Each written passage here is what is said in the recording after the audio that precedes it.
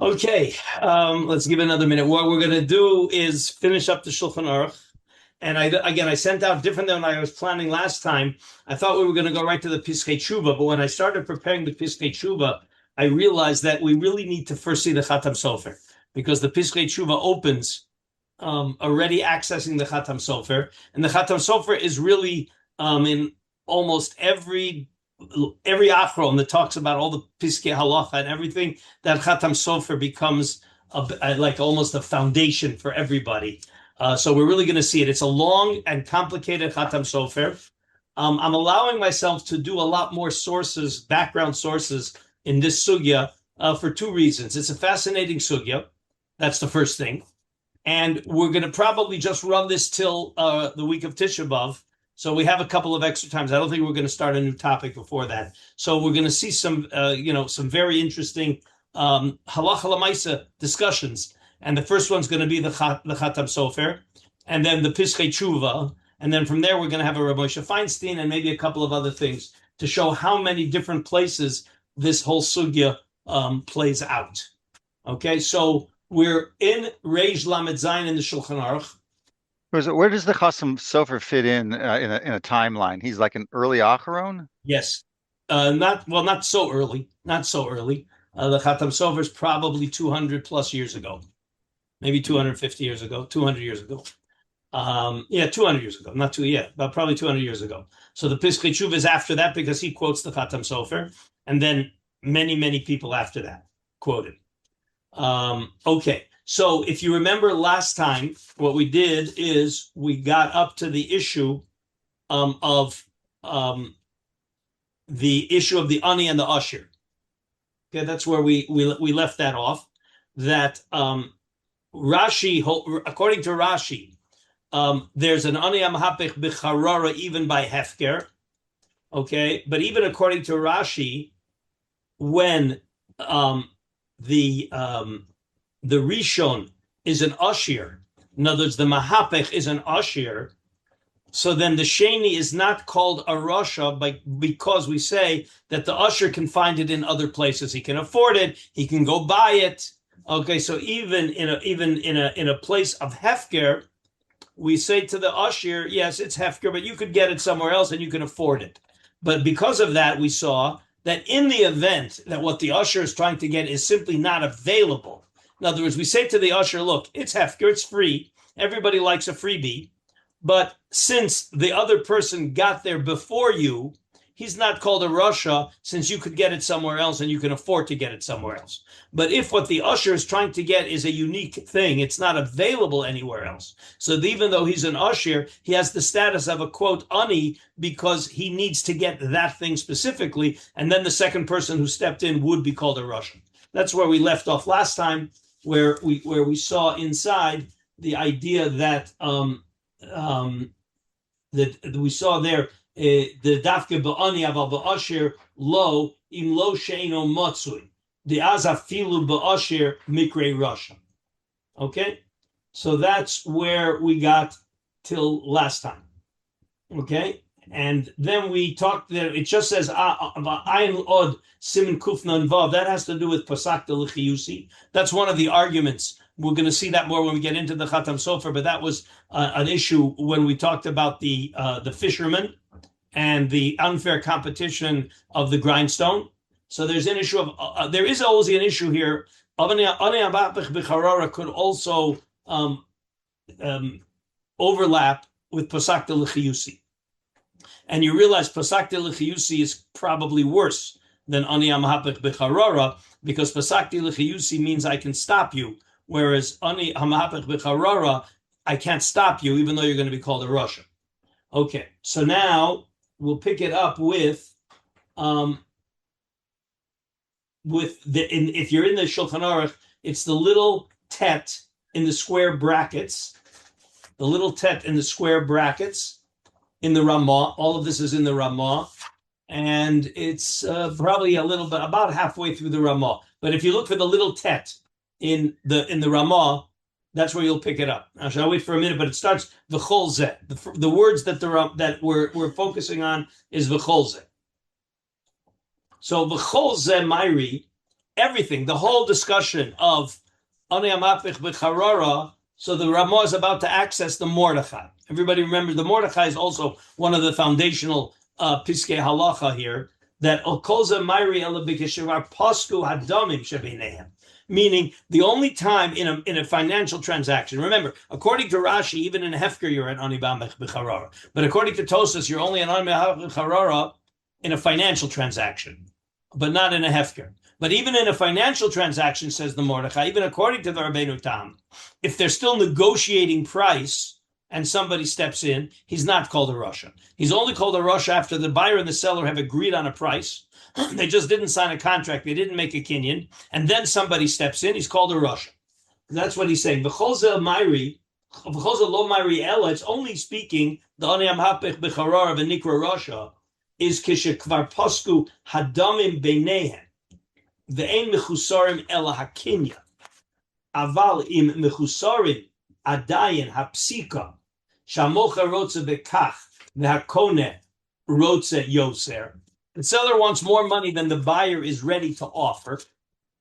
So then, muter la'acher liknoso beinim amocher ok akum beinim amocher Yisrael. In other words, it doesn't matter whether the seller is a Jew or a non-Jew. Why would we think there's a difference? Because this whole din is to protect the seller.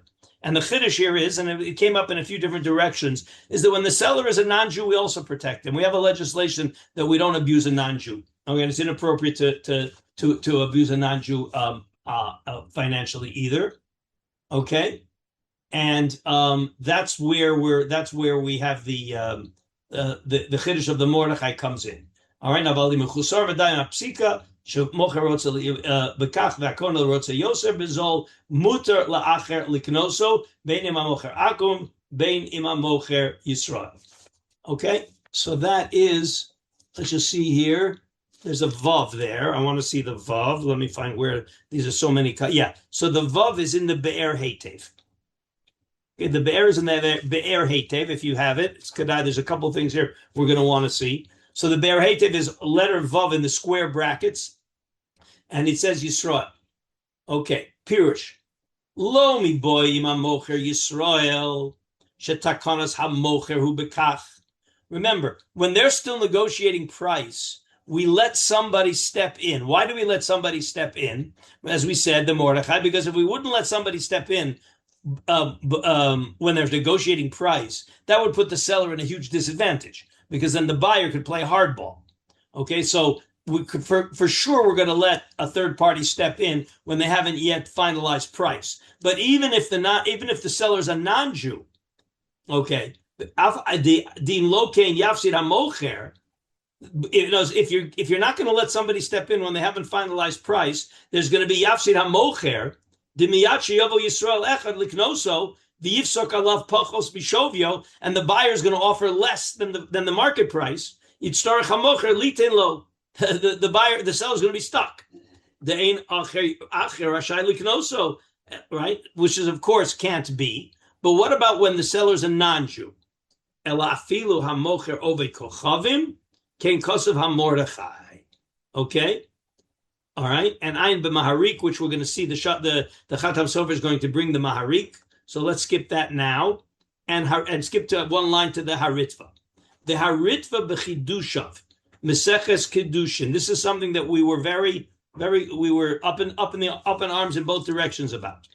The Haritva b'Chidushav, Meseches Kedushin be'uvde de Rav Gidel Hevi b'Shem Rabbeinu Tam.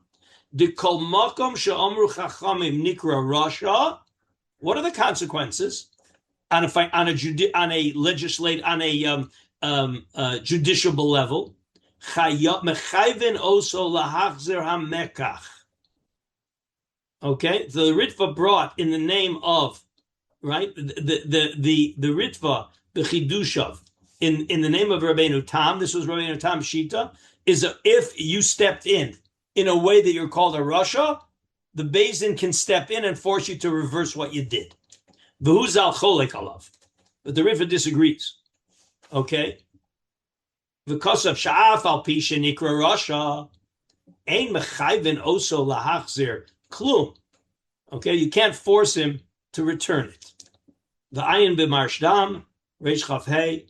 Okay, so again, there's a machlokas whether Beis Din steps in, according to Rabbeinu Tam, Russia and it's reversible, or no, you're a Russia, but it's not reversible. Obviously, we will see in the Chatam Sofer that if you want to stop being called a Russia, you got to reverse it. But if you're ready to say, okay, no problem, I'll be a Russia, because what is a Russia?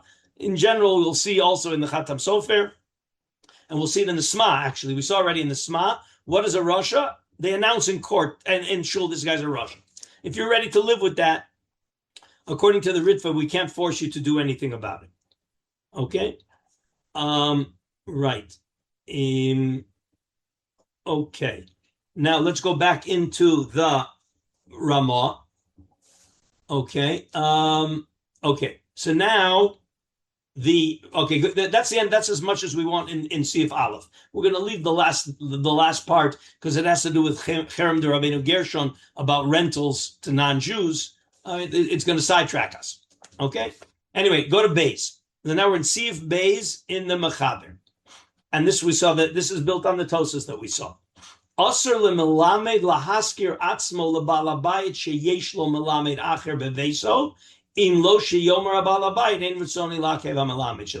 So again, it's going to be a question whether this is in all employers and employee-employer relations or only in a melamed. Right now, we're talking about a melamed, that if somebody has hired a melamed for his kids, and again, beveso maybe even lives there, so nobody is allowed to step in to convince the balabayit to replace the melamed he has with him. So Reuven wants to step in and get the Balabait to replace Shimon with Reuven. So unless the Balabait has indicated that he's not happy with Shimon, Reuven is not allowed to step in. And the reason is very simple, because we tell Reuven, go find a job somewhere else. All right, it's exactly like the Mekach, where Rabbeinu Tam says, go find it somewhere else. Okay? So aval im sacher bal habayit melamed acher echad. But if the balabayit hired Reuven the melamed, yochol balabayit acher, Shimon, a different balabayit, can come in and hire Reuven away. Liskor oso milamed atzman. We're going to have to see exactly why. Okay, why? What's the difference? Okay, so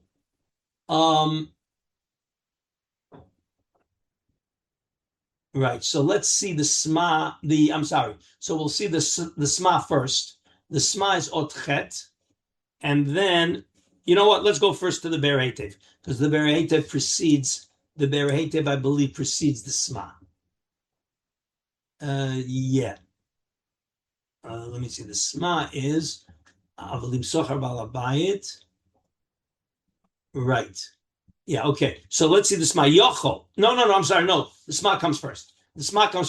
Otchet. All right, so Otchet and the Sma. Avalim Socher Balabayit Melamed Echad. So Reuven has a Melamed. Yochol Balabayit Acher, meaning Shimon can come and take that Melamed. Eino Dome L'Schirus Hanal. Wait a minute. Didn't we say that if I'm negotiating to rent something, you can't step in, okay, as long as we finalize the deal. I finalized the deal without a kinyan to rent your car. Nobody else is allowed to step in and rent that car. Okay? So why, if Reuven has this Melamed, why is Shimon allowed to take the Melamed away? Why isn't that like taking the rental away? So he says, no. Eino dome l'schirus. Why? The la'el b'schirus batim okelim kulam shavin hein. Meaning, I got this car. You're going to come and try to take this car away. There's lots of other cars out there, and it's a perfect case of HaMehapech b'charora, where we say to the second guy, we say, why are you taking this one? Go. There's lots of other options out there. Go find other ones. That's true in schirus, whether it's in houses, whether it's in cars. Okay. Kulan shavin. Masha'en kain behasvaras halimud v'iyuno. A melamed, if we really think that this melamed is a super professional, you can't tell the second guy, go find another melamed of this quality. Because ein melamdim shavin. V'havele kedavar she'eno matzui. A melamed is like a davar shel hefker. I mean, a Melamed, you can't say, well, go find a different Melamed. I can tell you go rent a different car. I can tell you go rent a different house.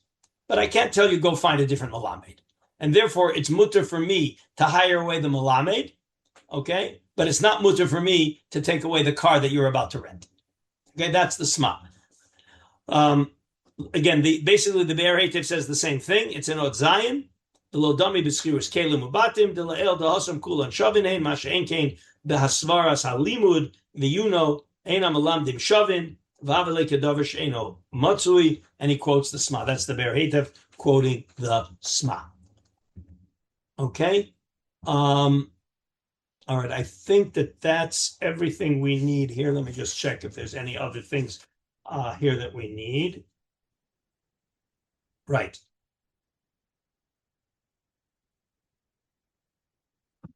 Right. Okay. All right. So basically, we've done again. We got to remember the Sma. Let's just go back to remind ourselves of one thing in the Sma that we saw earlier. Where was it? Right. Right. I just want to see the first Sma in Reish Lamed Zayin. Just go back to Ot Aleph. It's a five word Sma. It's a 5-word Sma, but it's very important. Nikra Rasha. What are the consequences of Nikra Rasha? Machrizon olav bebeit hakneset she'asa ma'aser resha kazeh. Those are the consequences that we announce in shul that this person did a ma'aser resha. According to the Sma, that's the extent of it. Okay. All right. So we're going to close the Shulchan Aruch now.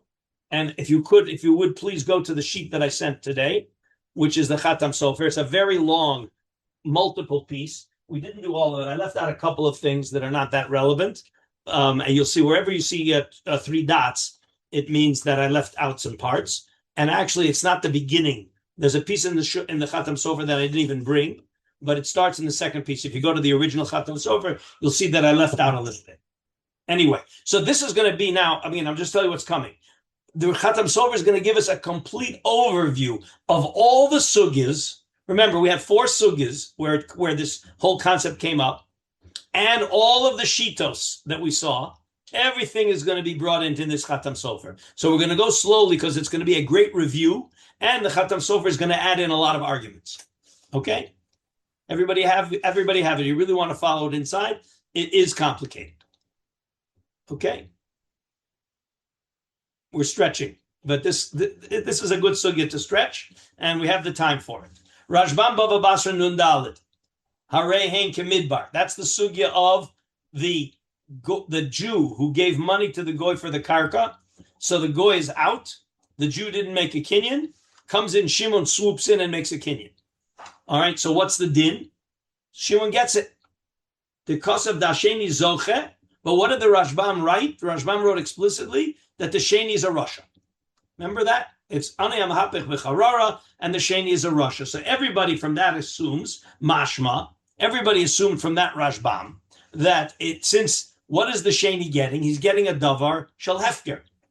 Well, who says that there's HaMehapech b'charara in hefker? Only Rashi. And therefore, mashma d'sfira lekapirish Rashi. Afilu mea hefker havile Rasha. Right? So that's how everybody wanted to learn the Rashbam. The das Tshuva Sheris Yosef, and we saw that in the Ramban, okay, that they assume Rashbam is like Rashi because we're dealing here with the second guy getting a davar shel hefker because it was saying Harein Kemidbar, and we're letting Shimon take it because it's hefker. But says the Rashbam, he's a Rasha because it's a davar shel hefker. Well, according to Rabbeinu Tam, he's certainly not a Rasha because it was a davar shel hefker. And therefore, you're not a Rasha and a davar shel hefker. And therefore, everybody assumed that the Rashbam holds like Rashi. Okay? Everybody remember that? Now, the Hadakas of Rashbam, Kivan diyoiv lokeach rishon zuzi. Because the first guy gave money? Ritzono lomar. Mishum kach nikra mahapech. We have to turn the first guy into a mahapech. What did he do to make him a mahapech? If you remember, the idea of a mahapech b'charara, you can't just look at something. You got to be doing something active. Okay? So says the Rashbam, what did the first guy do that made him into a mahapech? He gave money. Mishum kach nikra mahapech the avid midi the havile kepisuk dami. So we want to remember, according to the Mordechai, you don't become a mahapech b'charara until there was an agreement on price. If the second guy steps in before there's agreement on price, then he's not called a mahapech, and you're not called a rasha. So we got to turn this guy into a mahapech. Well, what made him a mahapech? Says the Chatam Sofer, just like in a normal negotiation, pisuk damim makes you into a mahapech, paying money to the goy makes you into a mahapech. Ulaolam gabe sheni hefker mikre. So what I have is I have the perfect storm. Ruvain gave money to the goy, that turned him into a mahapech b'charara, and Shimon stepped in and took something from hefker. So it's exactly like pisuk damim do something, and the second guy swoops in and takes it.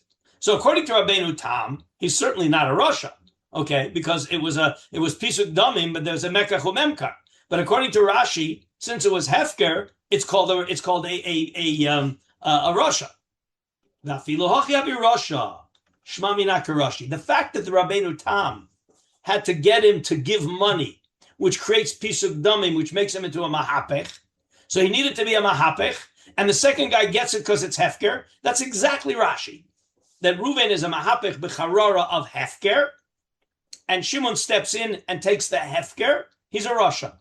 So we see from again what the Rishonim pulled out from that is that according to the Rashbam, it's exactly like Rashi that there's mahapech b'charara nikra rasha even by hefker.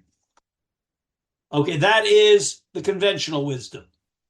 Ach Maharshal Svirale argues the Rashbam Kirabeinu Tam Svirale.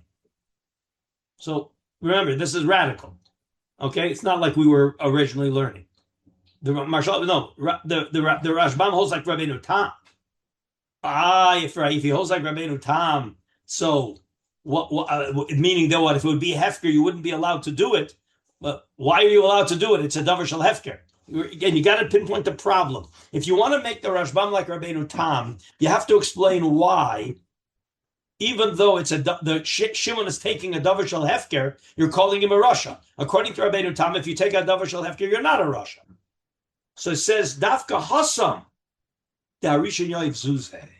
You know why we're making the second guy into a rasha? Because the first guy gave money. So the first guy gave money. So you're right. Technically, it was hefker, but I can call you a rasha because that's worse than a standard case of hefker. The uve'emes came cause of marik shorish kuf yud ches that was alluded to in one of the achronim we saw. The Rashbam modeh heichi de lo yoiv zuze harisho v'asheni zochem in a hefker the less be mishum mahapech v'charara.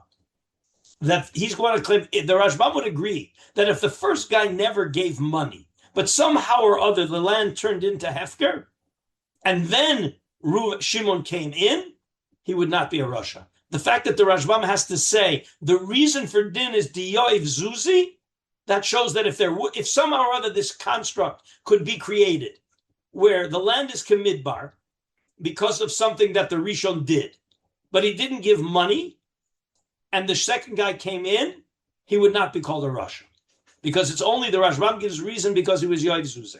Is everybody following the logic till here? Because it's going to get more complicated.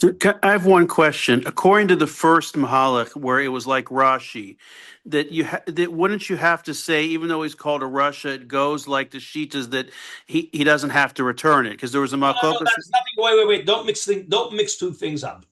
Return or not return is after he called him a rasha. That's a whole different discussion. Please don't bring that in there right now because that has nothing to do with what we're talking about. We have to first decide if he's a rasha, and then we'll decide what the consequences are. We are now deciding whether he's a rasha or not. Okay, and the Rashbam sounds like he's a rasha, even though what Shimon took was hefker, and that's why they want to say that Rashbam must agree with Rashi. But says the Marshal and the Marik. Then why did the Rashbam have to write because he gave money? It has nothing to do with giving money. He's a rasha because he took something away from Reuven. So therefore, they want to say that the only reason he's called a rasha is because Reuven gave money. But if Reuven wouldn't have given money, then Shimon would not be called a rasha. because he's taking something shel hefker. Okay, so now the Rashbam is going to, now the Chatam Sofer is summarizing that there are really three shitos. There are really three shitos. Fiza, Gimel Machlokas. L'Rashi, afilu tarvayu lo yavu zuze, lo harishon velo hasheni, izbe mishum mahapich b'charar. Rashi says, I don't care whether the first guy gave money or didn't give money. According to Rashi, when the second guy came in, did he take something shel hefker? Guys, with me. When the second guy, in that case, when the second guy came in, of course, yeah, that the goy doesn't have a connection to anymore, did he take something shel hefker? Of course, yeah. According to Rashi, if you take something shel hefker, you're an HaMehapech b'charara. So it doesn't matter whether Ruvain actually paid for it or somehow or other he engineered it to become hefker. Since Ruvain was involved and Shimon and Shimon took it, Ruvain was a mahapech.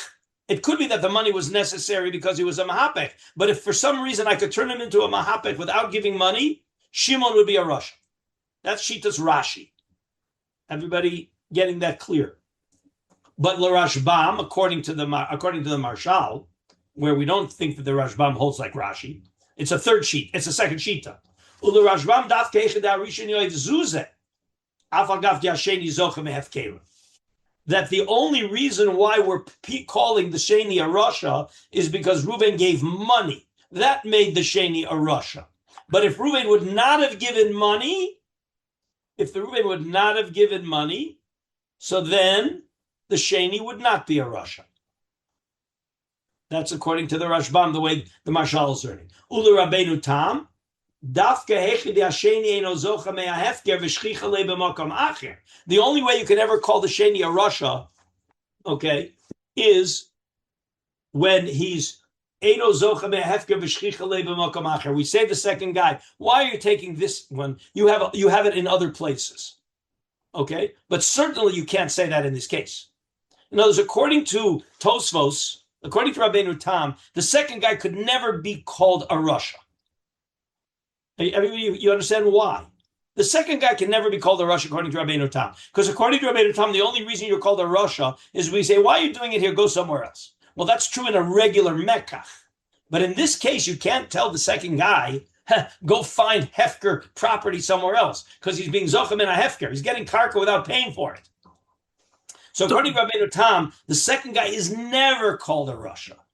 Even if the first guy gave money, he's not called a Rasha. According to the Rashbam, if the first guy gave money, then the second guy's called a Rasha. If the first guy didn't give money, the second guy's not called a Rasha because he didn't do anything. He's not losing anything. But according to Rabbeinu Tam, he's never called a Rasha because it's not available anywhere else. So the Rashbam has a new shita because Rashi holds. According to the Marshal, the Rashbam is a middle shita. Okay, that because the Rishon did something because the Rishon is going to have a financial loss if you take it, therefore you're called a Rasha. Because with Rashi and Rabbeinu Tam, it's not dependent on whether he gave money. Either you learn like Rashi, if he took something of Hefker, he's not a Rasha. And according to Rabbeinu Tam, if it's available somewhere else, you're a Rasha. If it's not available anywhere else, you're not a Rasha. This is clearly not available anywhere else, and therefore you're not a Rasha. Okay, the two Rashi is one extreme, Tosas is the other extreme, and the Rashbam is right in the middle. Okay, which, by the way, parenthetically, if you learn Bava Basra with Rashbam carefully, and you hyperlink the issues and the sugyas to places in other sugyas in Shas where the Rashi and the Tosas talk about it, you'll find that the Rashbam frequently is right in the middle between Tosas and Rashi. You will find that absolutely. Anybody wants to learn Rashbam? Anybody wants to learn Bava Basra with us? Okay, inside we'll show you over and over again that the Rashbam Shita is somewhere between Rashi and Tosfos, where they have extreme machlokas. So the context of the Marshal is when the item is not available readily elsewhere. Oh, that's Rabbeinu Tam. That's Rabbeinu Tam. Rabbeinu Tam says the only time the person is called a Rasha is when the item is available elsewhere. If it's not available elsewhere, you're not a Rasha. And I don't care what the first guy did. You can step in at any point if it's not available elsewhere. That's Rabbeinu Tam. You're only a Rasha when it's available elsewhere. And in this case, certainly it's not available elsewhere. So therefore, the Rashbam says remember, the Rashbam says explicitly that the guy's a Rasha.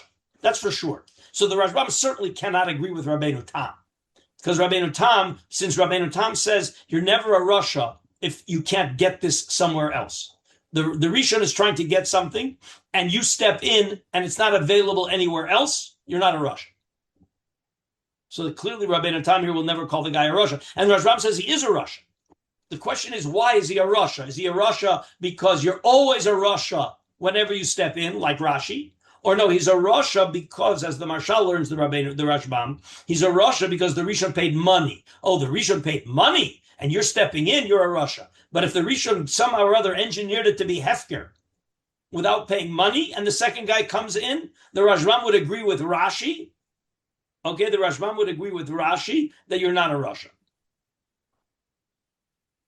Did I say that? Just say that backwards. That the Rashbam would, the Rashbam would say that if the Rishon didn't do anything concrete and you're stepping in, so then you are called a Rasha like Rashi. You're not called a Rasha like Rabbeinu Tam. I'm getting it backwards. Again, let's go step by step. According to Rashi, this case is always a Rasha. Why is he always a Rasha? Because at the end of the day, Reuven was involved in getting something, okay?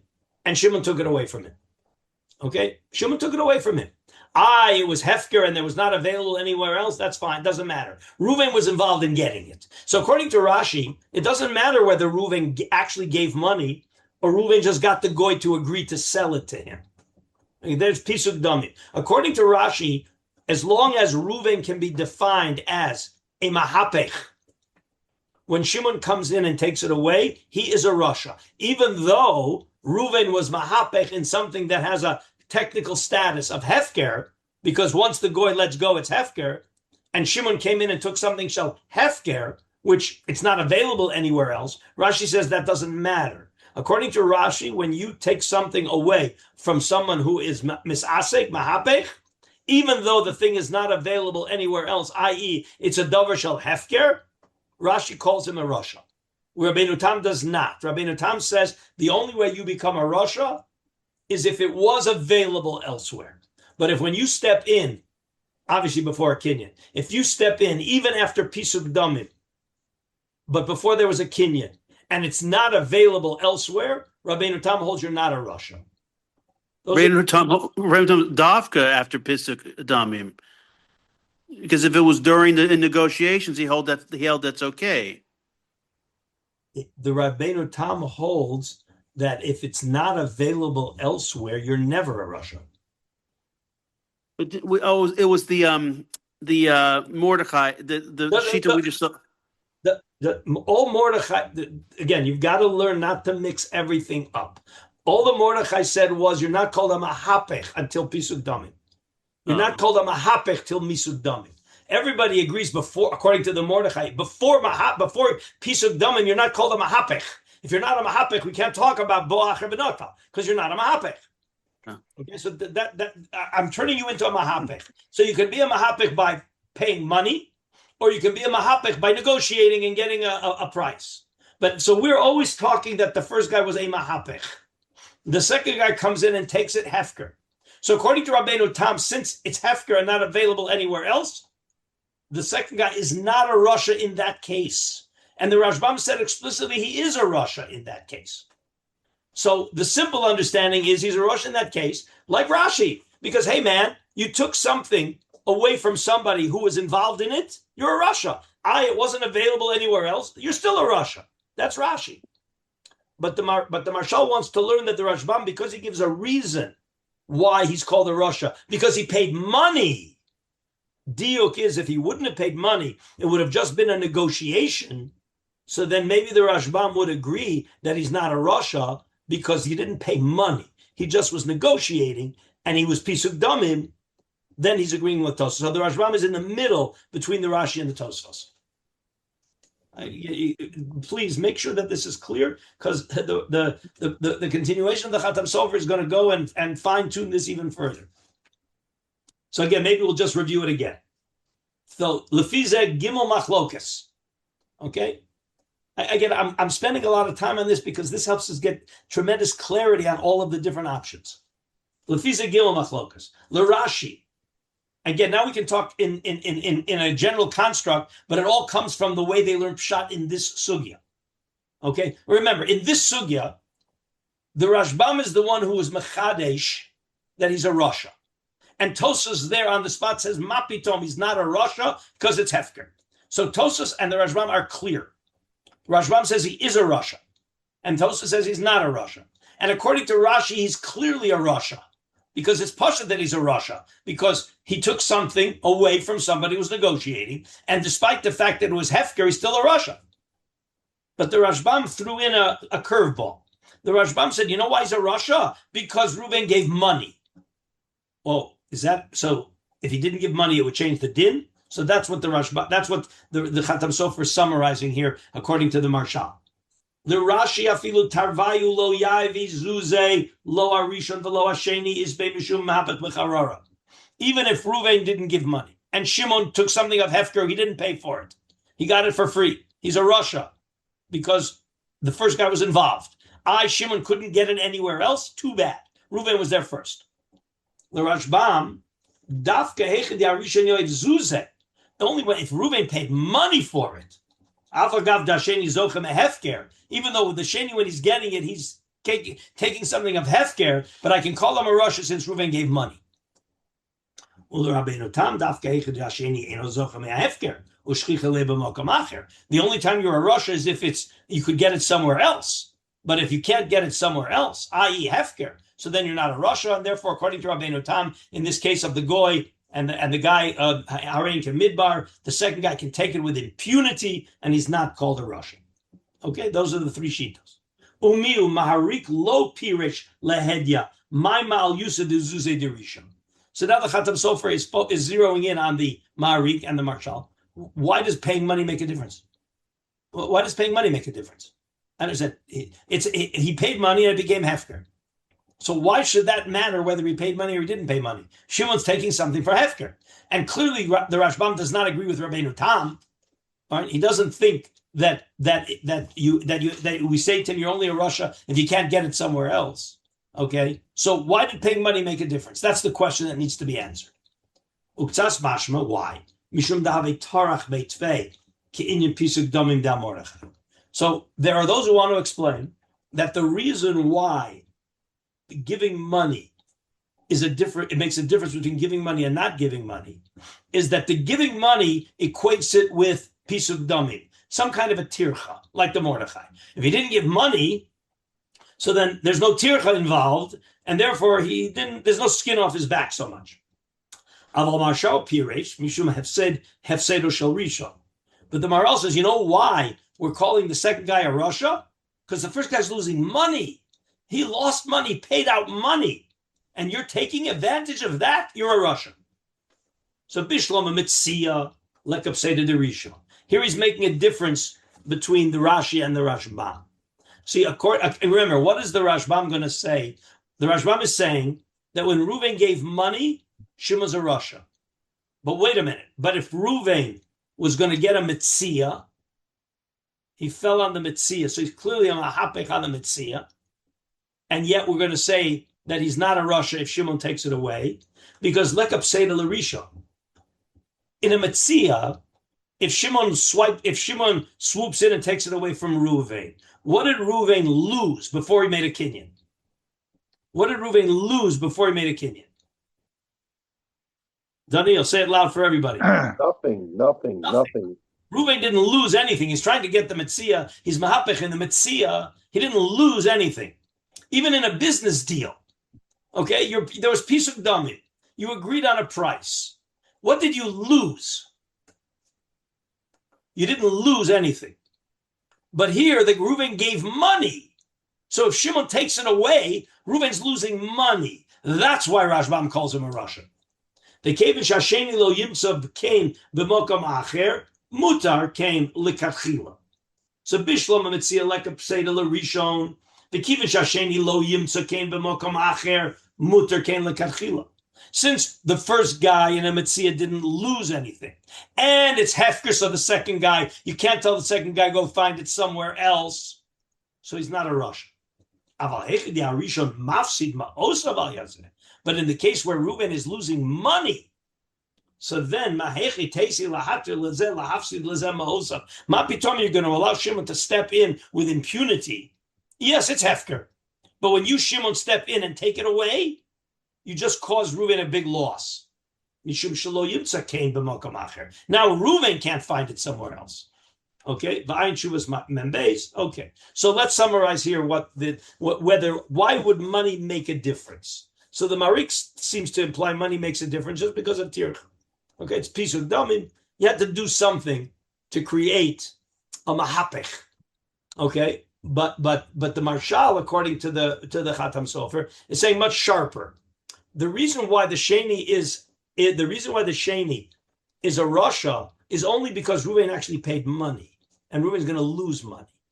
But otherwise, he wouldn't be called a Rasha, because at the end of the day, Reuven's not losing anything, and it's a davar shel hefker that Shimon can't find somewhere else. So we combine all that and we say then he's not going to be a Rasha. But that's clearly, okay, right? So that's clearly a mix between Rashi and Tosfos.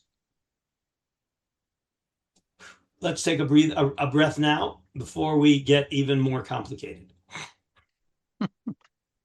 I get the feeling that if we had said, one of us had said, I'm sorry, what? I get the feeling that if one of us, Talmidim, had said, Aval hechi deharishon mafsid ma'otav al yirezeh mihechi teti lahatir lezeh lafsid v'hu, you would have said, but in fact, I think you have said in the past, but what's your reasoning for that? I think you said it when someone said Okay. that, like, that's not halachic reasoning. Okay.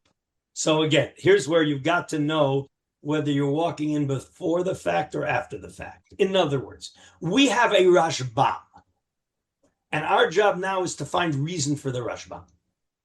You know, if you want to argue on the Rashbam, you can argue. You see, Dan, what you just proposed is an argument on the Rashbam. You just gave a perfect argument why somebody could argue on the Rashbam. Okay? I.e., that's what Tosfos is going to say. Tosfos clearly says explicitly. Tosfos argues on the Rashbam there, and Tosfos explicitly says he's not a Rasha. He's not a Rasha. He's taking something from Hefker. Harein Kem Midbar. Shimon's coming in and taking Hefker. He can't find it anywhere else, and it's too bad on Reuven. Tosfos says that. Got it. So Tosfos, Rabbeinu Tam is really responding to the Rashbam? For sure. Again, you got it. The Rashbam says explicitly that even though Harein Kehefker and Shimon gets it, Shimon's a Gazlan, and in there Shimon's a Rasha, and by the way, and there he says, and it's not reversible. I mean, you can't force Shimon to reverse it. The Rashbam also says that there. So it's very clear that Shimon is the worst we can say about Shimon is he's a Rasha. But Tosfos says, Mapitom. Why are you calling him a Rasha? He walked in, took something from Hefker. It's not available anywhere else. How are you applying the din of HaMehapech b'charar v'notlaba? How are you applying that construct to what the guy did here? Normally, again, remember, according to Tosfos, according to Rabbeinu Tam, HaMehapech b'charar doesn't mean he's trying to get a cake of Hefker. It means he's trying to get hired out. He's trying to get the guy to sell it to him. That's Rabbeinu Tam.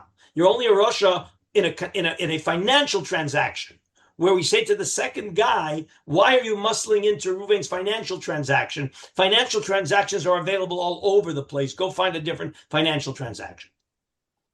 That's Rabbeinu Tam limits the HaMehapech b'charara to a financial transaction. But if Reuven's trying to get something shel hefker, says Rabbeinu Tam, you can't fault Shimon for coming in and getting something shel hefker because it's not available anywhere else. So that's clearly the Rashbam, and so that's clearly Tosfos doesn't agree. Rabbeinu Tam doesn't agree that this case is that you can make this guy into a Rasha. But the Rashbam says he is a Rasha. And now the question is he a Rasha? Because like Rashi, anytime somebody is trying to get something, even shel hefker, the second guy is always a Rasha, even though it's not available anywhere else. Or maybe there's something unique about this case that makes him a Rasha, but in a Metzia he would not be a Rasha. So that's what we got to figure out. So since the Rashbam uses the words Kivan de Yoiv Dmei, the Achronim now are allowed. See, what you did, Dan, is you accused me of doing something that we would have rejected. But you've got a Rashbam who says it. Now you got to figure out why. Mm-hmm. Okay, and that's exactly going to be the machlokas between Rabbeinu Tam and the Rashbam, according to the Marshal, is Mapi told me he paid money. It's his problem. At the end of the day, did I take something shel hefker? Yes. Am I allowed to take something shel hefker? Yes. That guy's losing money. It's his problem. That's his problem. Right. You can't make up. That's exactly what you just said, Dan. Right? But the Rashbam does say that he's a Rosh. So now the question is he's saying he's a Rosh like Rashi? And what we're trying to do is we're trying to limit the scope of the machlokas to make the Rashbam. Remember, Rashi is a very extreme position. Everybody agrees Rashi is a very extreme position. Okay? So we're making the Rashbam, and since he uses the words money himself, so we can make the Rashbam a little less radical.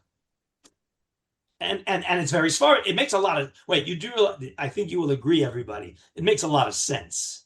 If Reuven paid money, and there's a technicality, you know what?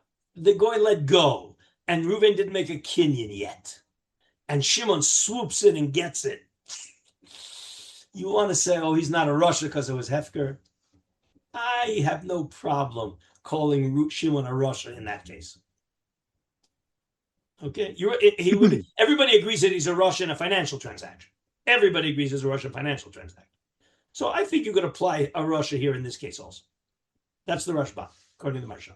Again, I hope this is very clear, the three-way machlokas, because it's going to get more complicated. It's a little bit more subtle. The Rabbeinu Chadam Sober is going to plow a little deeper and make it a little more subtle. Okay, so far we have a three-way machlokas based on and the only question is why money makes a difference. According to the Marik, it's only because of tircha. The money is like tircha. He did a tircha. But the Marshal says, no, it's money. It's a loss. Okay. L'chora, next paragraph. L'chora b'pshitus, hayanir le'lemeimer, la mishum pseida derishon. Ella, even a stronger argument. Mishum sharishon himtzi ha'hefker hazeh. It's not a question because the Rishon lost money that we're going to call the guy a Rasha. But it's because, how did this thing turn to Hefker? How did it turn into Hefker? We're talking about the property?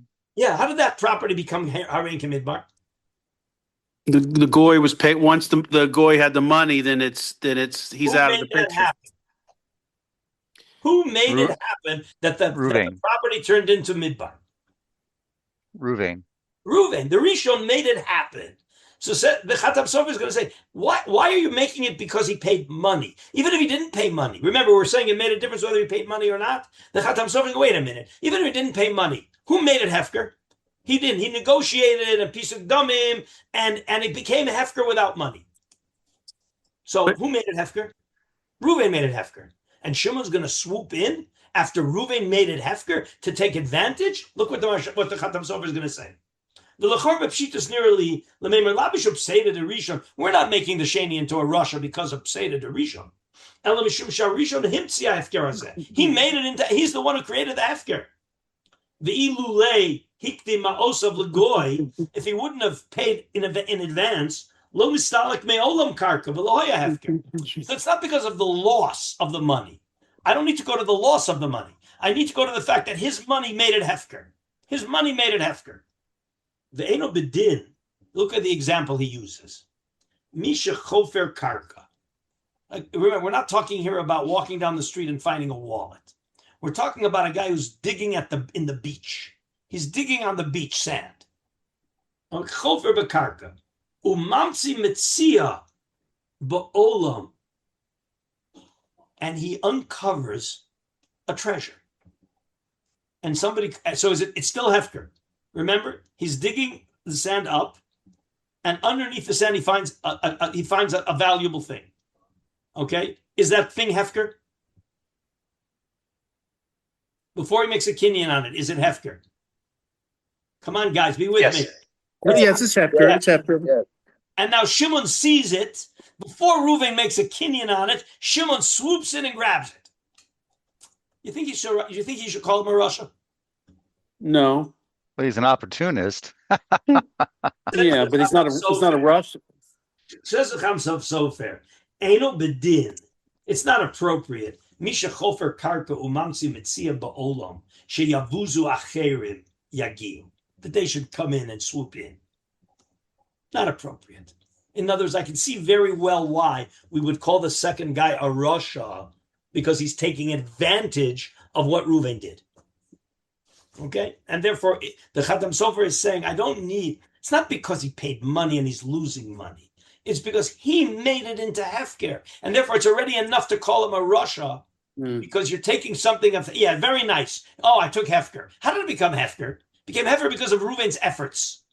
Therefore, I can call you a Rasha. Remember, according to Rashi, you're a Rasha even just because the guy was negotiating. He didn't create the Hefker, okay? He was negotiating. He was trying to get it. He was HaMehapech. He was trying to get the Hefker. And he was trying to get the Hefker, which was already Hefker, and Shimon stepped in, he's a Rasha. Kal v'chomer, says the Khatam Sofer. If Reuben is the one who created the Hefker, and Shimon takes advantage of the Hefker, then we're going to call him a Rasha. Why do you say that he created the Hefker? It was always Hefker. It's just that wrong. The first one made the Hefker available. No, I'm very sorry. Nobody. I'm very sorry. Wait, Daniel, wait. Go step by step. Does the goy own the property? Yes, originally he owned the property. The goy owns the property. Is it Hefker? Not yet. How did it become Hefker? Because the Rishon, what we call the Rishon, Shimon?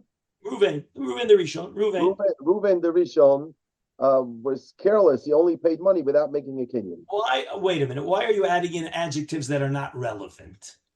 Why did you throw in careless or not careless? How did the land become Hefker?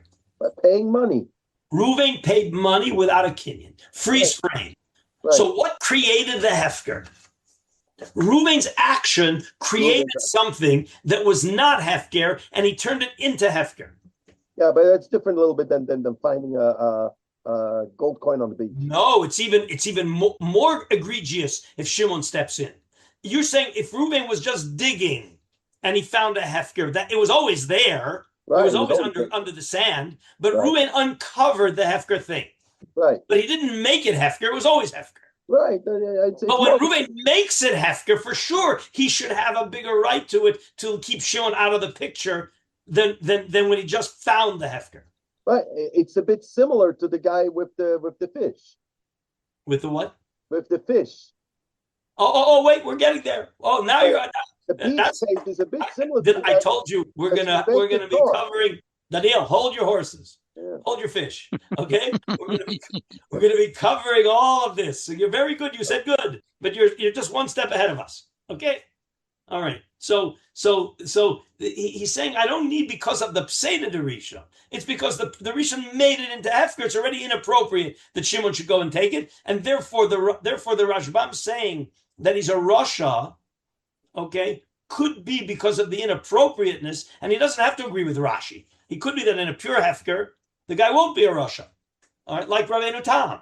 But here he's going to argue on Rabbeinu Tam because Reuven created Hefker.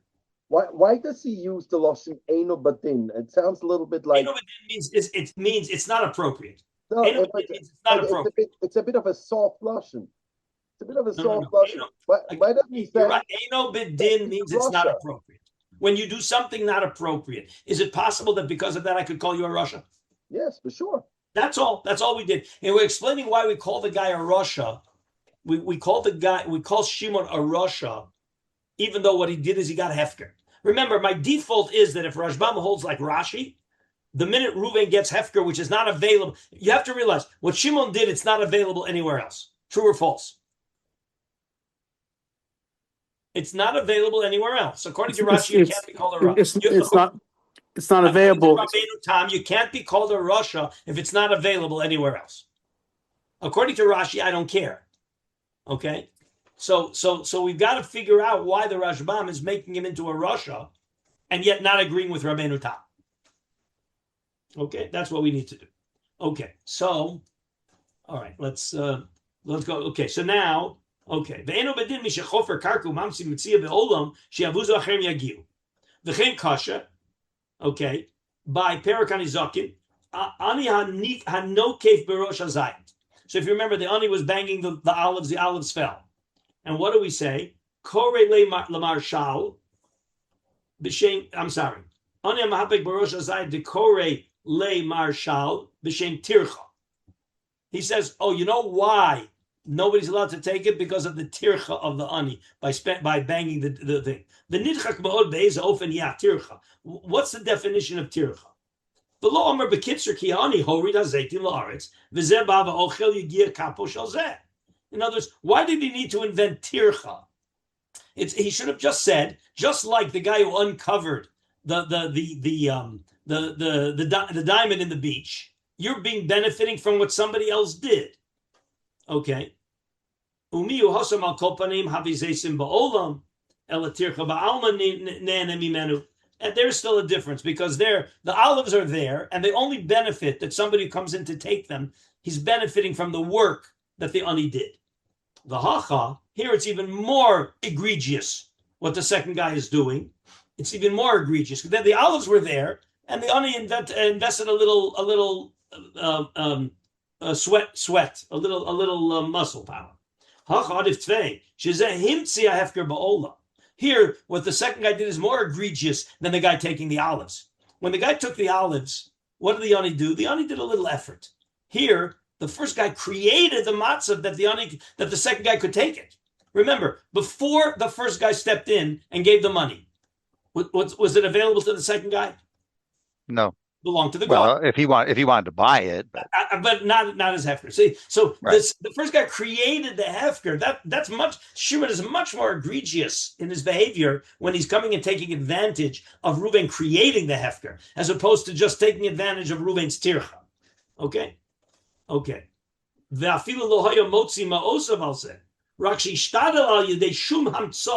say there could be some mechanism that without spending money, you can get the goy to let go of the property and make it hefker. There's a big chiddush here. If you didn't have to pay money, but there was some mechanism with negotiations and this and that technically the goy lets go and it becomes hefker, but only because of my interactions and my intervention, etc. Would it be appropriate for Shimon to step in or not? He's saying not. So it's not because of the money. It's because he created the hefker. It's not because of the tircha, and it's not because of the money. It's because Reuven created the hefker. Okay? And that's why, even though it's hefker, you can't take it.